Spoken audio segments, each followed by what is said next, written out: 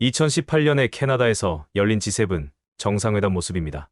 당시에도 트럼프는 이틀째 되는 날 돌연 귀국해버렸는데 트럼프가 파리기후 협정에 탈퇴하고 나토 해체 주장과 국제 무역 질서를 흔들자 독일 메르켈 총리를 비롯한 G7 정상들이 트럼프의 집단으로 항의하는 모습입니다. 처음부터 탐탁치 않았던 2025년 캐나다 G7 정상회담. 트럼프는 이란과의 전쟁을 이유로 또 그냥 가버렸습니다. 핵무기 개발 저지뿐만 아니라 이란의 무조건 항복, 정권의 교체까지 요구하는 이스라엘과 트럼프 소식을 뉴스로 전해 듣습니다. 가자지구 침공을 이유로 네타냐후 이스라엘 총리를 전범으로 고발했던 서방 진영. 이스라엘의 이란 침공을 두고서는 자신들이 피하는 더러운 일을 이스라엘이 대신하고 있다면서 두둔하고 나섰습니다. 핵무기 보유국이 늘어나는 것을 막고 핵 개발을 원하는 국가들에게 본보기를 보이려는 속내가 깔려 있습니다.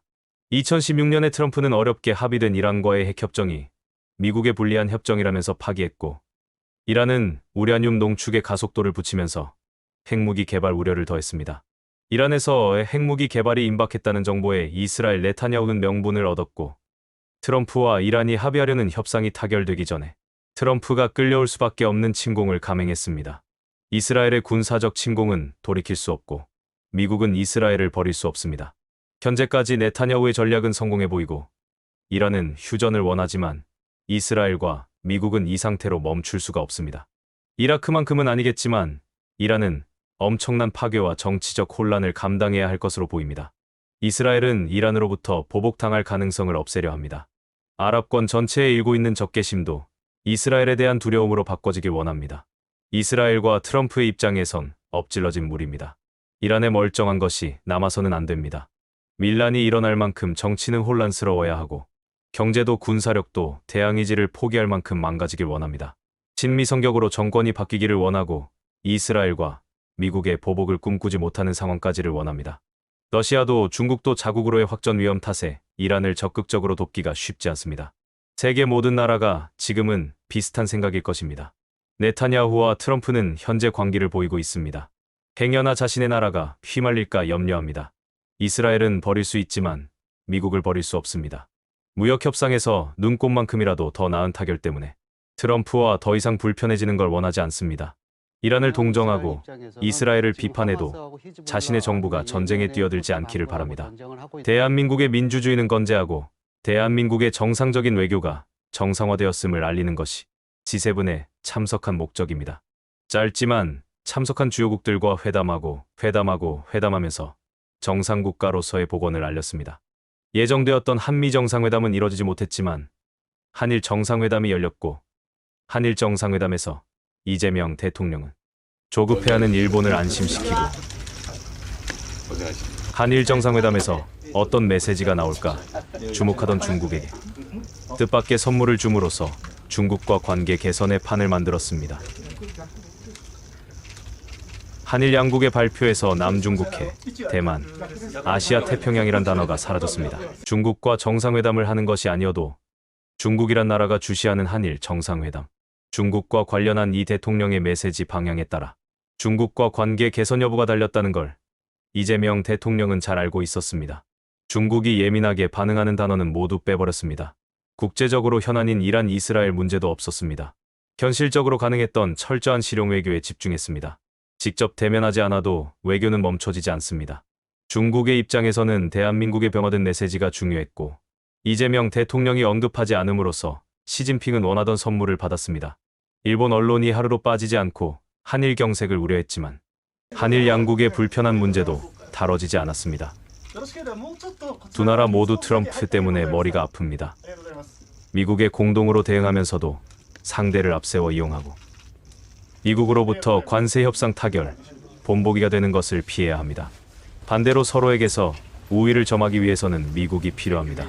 이재명 대통령 손에 대본이 없는데도 걱정이 안 되는 국민들. 편해 보이는 대통령 모습에 마음이 뿌듯합니다. 우리 총리님 저번에 전화통화로 한번 소통했는데 이렇게 얼굴을 직접 뵙게 되니까 너무 반갑습니다. 우리나라에서는 일본과 한국과의 관계를 가깝고도 먼 나라라고 공칭합니다. 마치 앞마당을 같이 쓰는 물집처럼 우리는 뗄래야 뗄 수 없는 관계입니다. 작은 차이들이 또 의견의 차이도 있긴 하지만 그런 차이들을 넘어서서 한국과 일본이 여러 면에서 서로 협력하고 서로에게 도움되는 관계로 더 발전해 나가기를 기대합니다. 특히 국제 통상 환경이나 국제 관계들이 어려움이 가중되고 있어서 가까운 관계에 있고 서로 보완적 관계에 있는 한국과 일본이 많은 부분에서 협력하면 서로에게 큰 도움이 될 것으로 생각됩니다. 총리님하고 저하고 이렇게 직접 얼굴을 뵙고 만나게 됐는데 오늘을 계기로 한국과 일본이 미래지향적으로 좀 더 나은 관계로 발전하기를 진심으로 기대합니다. 감사합니다. ありがとうございました。ありがとうございました。この度のご就任を心よりお喜びを申し上げます。こうしてお目にかかるのは初めてでありますが、日本のテレビでは毎日出ておられるので、なんかあんまり初めてみたいな気がしませんが、実は初めてです。今年は国交正常化60年という極めて記念すべき年であります。先般お国の総理において60周年のレセプションが開かれ、非常に多くの方々がお集まりになった。また大統領はこの会議に出るために、ご不在でしたが、非常に心温まる立派なメッセージをいただいたというふうに報告を受けているところであります。昨日、今日と開かれました G7 でも議論になったことでありますが、国際情勢は極めて厳しいと認識をいたしております。 이시바가 굳이 G7과 국제 문제를 거론하는 이유는 뭘까요? 한국보다 일본이 국제적 역할이 많고 지위가 높다. 일본 국민들 정신 승리용으로 일본 언론에게 던져주는 말입니다. 今関西万博をやっておりまして、世界中からお客様が日本にお見えになりますが、外国から来るお客様で一番数が多いのはお国からのお客様であります。そして日本からも世界中にいろんな国に、海外に訪問しておりますが、日本人が一番訪問するのもお国であります。 지금関西 엑스포가 좀 개최 중이고 세계 곳곳에서 많은 분들이 일본을 방문해 주시고 계시지만 가장 많은 분들이 한국에서 와 계십니다. 그리고 일본에서도 세계 각국을 방문하는 사람들이 많은데 일본에서 일본인 중에서 가장 방문하는 사람들이 많은 국가는 한국입니다. 大統領と私、そして政府と政府、企業と企業のみならず、国民同士の交流もこの60周年を機にさらに盛んになり、日韓の連携協力が地域のために、世界のために非常に大きな力となりますことを心より期待いたしております。 점차 약해지는 자민당의 영향력을 유지하는 방법 중에 하나.